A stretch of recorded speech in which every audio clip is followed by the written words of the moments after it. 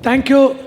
I know the difficulty of in the pre-lunch session and after an oration of a wonderful about. Anyway, for completion's sake, we have to do respected chairperson, our Prasant and Uma ma'am.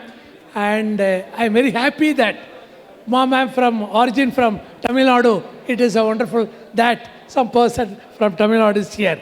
Okay, this is just as Yogesh was telling, my journey also from rural to nation. So not moving?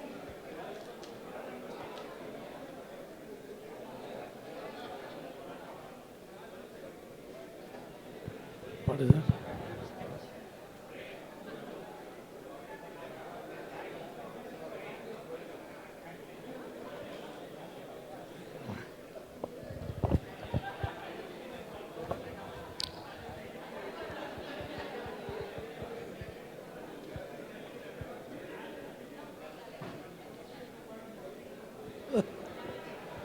Why don't you keep this? So this is the place of where I am here. As you are celebrating your golden jubilee, we are also celebrating our golden jubilee of my batch undergraduate in the next month.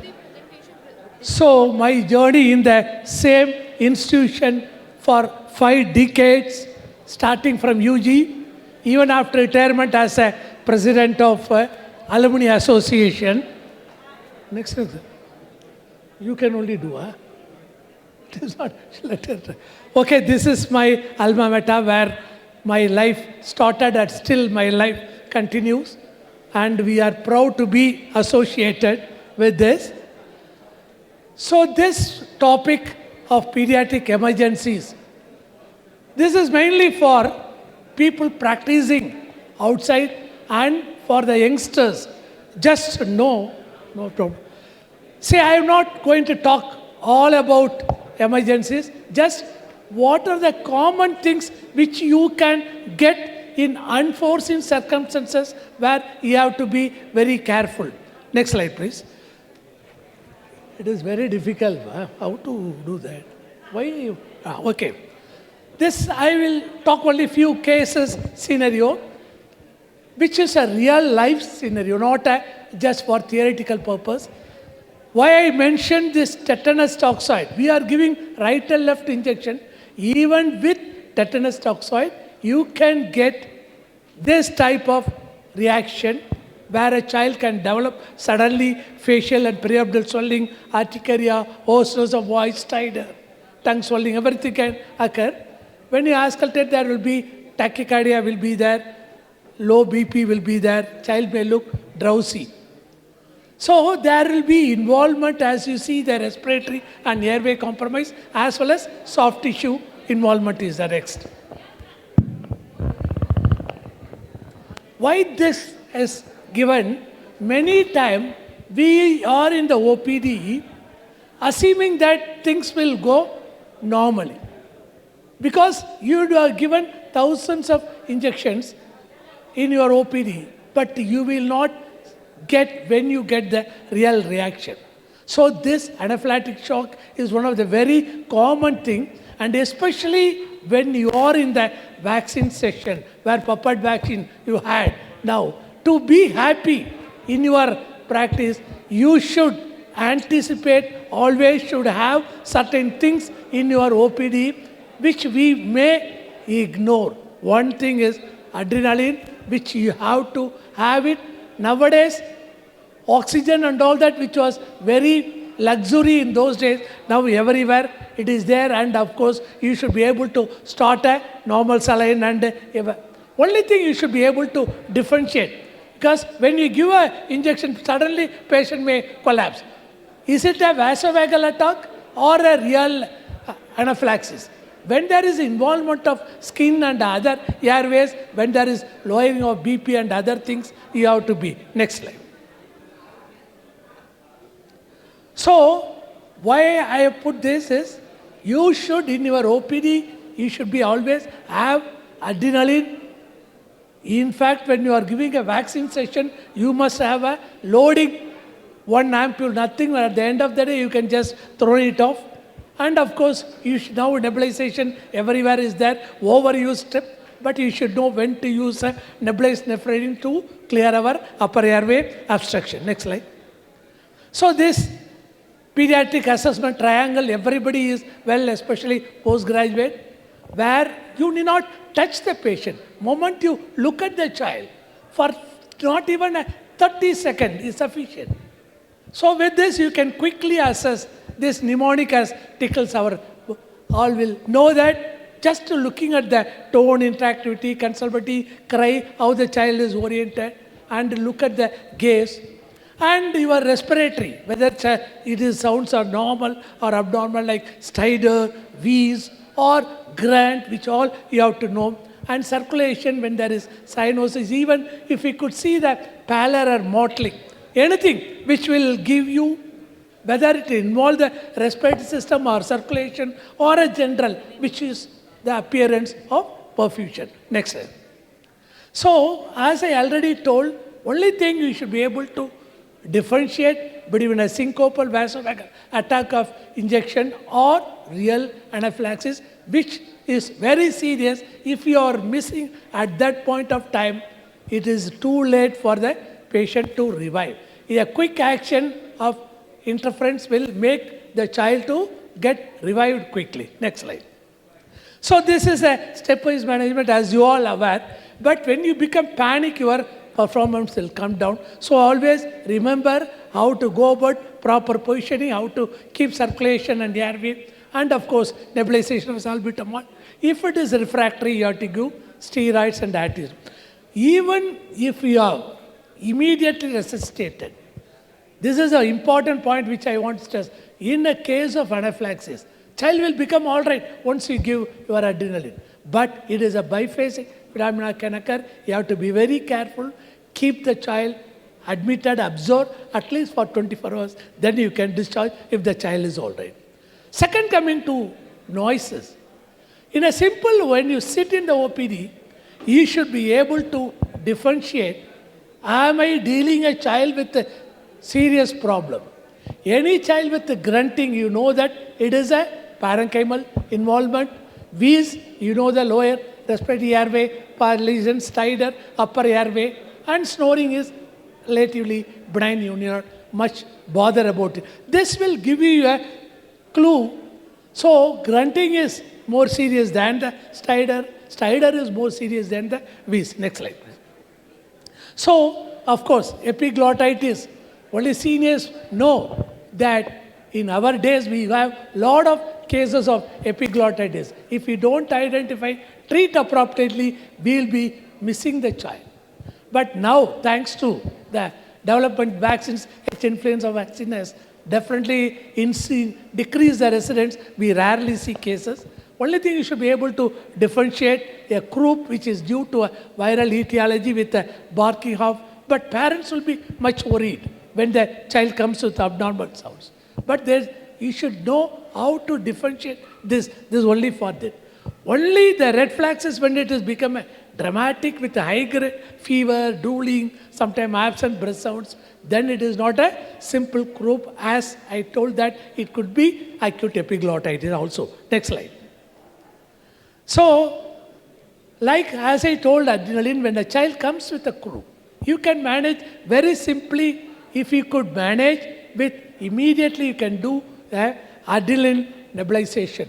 Is the best thing, of course. Steroid is a different therapy. Always remember dexamethasone, 0.6 milligram per kg. Either if depending on the severity, you can give orally, you can give IM, you can give IV also. If needed, you can repeat the dose. A single identification, proper drug therapy will make the child wonders that parents will be happy in your point of time. Next slide, please. Next slide. So, prayer. This is one important clue. All of you should remember how to differentiate a distress from respiratory failure. This is not for us only, it is we have to teach our OPD staff who are having busy OPDs. Child will be sitting in the crowd. Mother may initially, when she is coming, the child will be in a state of distress. and child will be agitated. By the time she reaches the hospital, child will be becoming quiet and she will be sleeping. Mother will be thinking that child is sleeping. But sometimes a quiet chest is sometimes serious you have to do. The tachypnea and increased work of breathing due to increased retractions. But when it failing respiratory system, the rate may come down. It may mimic as though it is normal. Only thing now, thanks to COVID, everybody started having pulse oximeter. Previously, having a pulse oximeter in OPD was a luxury. Now, of course, everybody, it will easily make you to identify that something is wrong. Next slide, please. Quick. Okay. So that I was telling about the silent chest, where when the child was having initially increased respiratory rate and retractions, when it is started slowing down, it may be a sign of respiratory failure. So, when at the time when obstruction is so severe, you may not be able to, even in your auscultation, no wheeze will be there. Only clue if the SpO2 is dropping down with a pulse oximeter. So, the silent chest may be very serious than increased respiratory rate or even other things. Next slide, please. So, this is another common issues. Whenever a child comes with continuous fits, parents will be worried, whole family will be panicked, your staffs will be, but we will be always, people will be interested to give an anticonvulsant. First, you have to follow the ABC, stabilization of the child is the most important. You have to proper ABC, airway, breathing, circulation.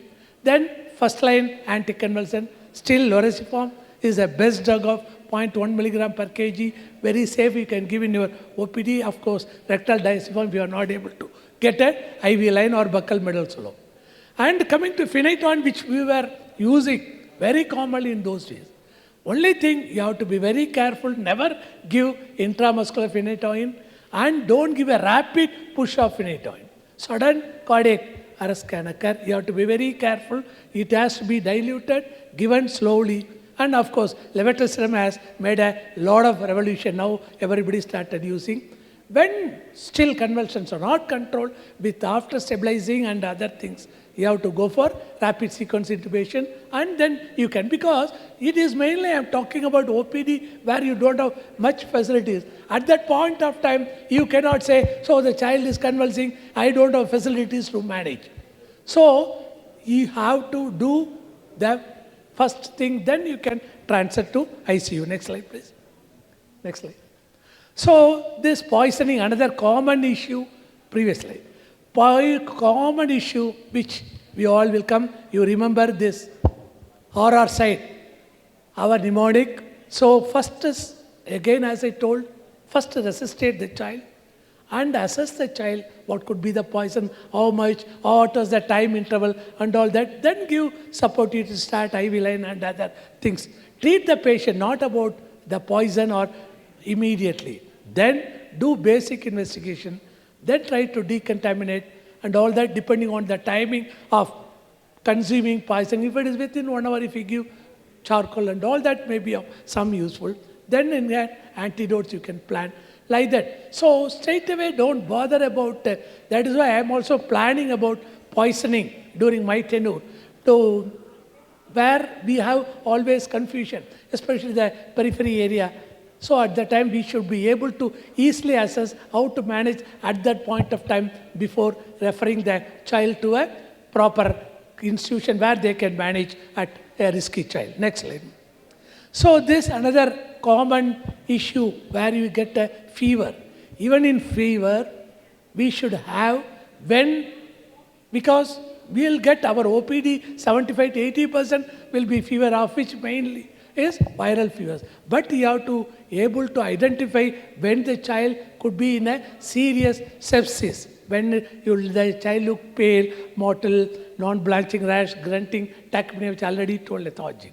So there, within a short time, what is the protocol? You have to, any child with septic shock to that level, you have to give oxygen IV line, if not possible, intraosseous if the child is in severe shock. Then, before starting any antibiotic, try to take a blood culture IV antibiotic. Of course, fluid boluses, which has to be minimum with 20 ml per kg, and second and third boluses. So at least one bolus you should try to give in your OPD, then refer the child to next. So another common problem which many of us has burnt our fingers. Child will suddenly unprovoked seizures, or child will come with severe respiratory distress. But when you auscultate, there won't be any lung signs, your SpO2 will be normal. You will be thinking whether the child could have pneumonia, or child would have CNS infection, meningitis. But it is simple DKA. So DKA many times, first time will present with convulsions. People are treated as meningitis. People are treated as pneumonia. But a simple blood sugar and of course ketone will be of many use, because now India is becoming capital for diabetes. It is not for type 2 diabetes, type 1 diabetes. Even in pediatric, we are now started getting a lot of cases. So first time presentation may be the DKA, where you have to have suspicion in your mind. Otherwise, you will be missing it. Next slide, please. And speed is always dangerous, whatever way in our this thing. Like that, when child comes with non-specific complaints at some time, child may come for vomiting, lethargy, we should have the habit of always palpating the pulse. So usually pediatrician, we forget, only adult we see pediatrician. So pulse gives lot of things, where this rule of 4, whenever there is a rate is low, bradycardia, tachycardia, when rhythm alteration is there, of course we can take an ECG.